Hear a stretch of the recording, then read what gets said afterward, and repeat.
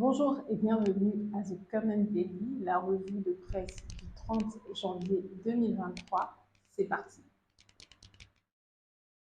4 jours après que la ministre des Affaires étrangères canadienne ait annoncé la coordination d'un processus en vue de parvenir à la résolution du conflit pacifique et politique du Nord et du Sud-Ouest, le ministre de la Communication et porte-parole du gouvernement est venu infirmer cette thèse. Aujourd'hui, l'opinion publique se pose une seule question. Qui dit vrai? Le Tri hebdomadaire Le Soir titre « Le chef de l'État n'a mandaté aucun médiateur externe pour un dialogue avec les terroristes », c'est à lire en page 3. Le journal Le Quotidien titre « Aucun mandat du Cameroun à un pays étranger », c'est à lire plus en détail dans les colonnes du journal. Le quotidien Réalité Plus titre « Le président Paul Biya n'a mandaté personne au Canada pour le retour total de la paix au nord et au sud-ouest ». Le journal Sans Détour titre « Les dessous pernicieux de l'offre canadienne ».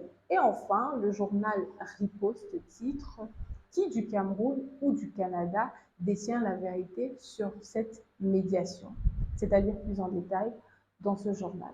C'est dans une correspondance du 25 janvier 2023 du secrétaire général à la présidence que l'on apprend le détachement de l'actuel directeur général des impôts Modeste Maupas auprès du Fonds monétaire international pour une durée de 3 ans.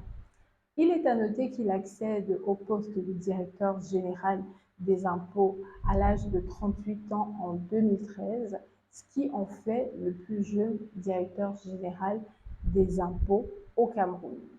Au matin titre Modeste Maupas, 10 ans de réforme du fisc camerounais, c'est à lire en page 7. Et enfin, le quotidien Econews titre Direction générale des impôts, bilan d'un magistère, tout ceci à lire en page 5.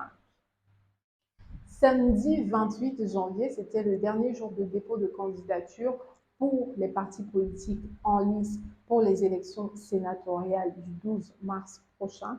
Elecam, l'organe qui s'occupe de l'organisation du scrutin, a maintenant 2 semaines pour publier la liste des candidats.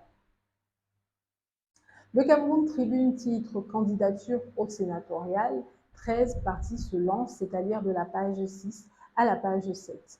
L'Œil du Sahel titre « Sénatorial 2023 », les listes du MDR, de l'UNDP, du FSNC et de l'ANDP dans le Grand Nord, c'est-à-dire en page 3.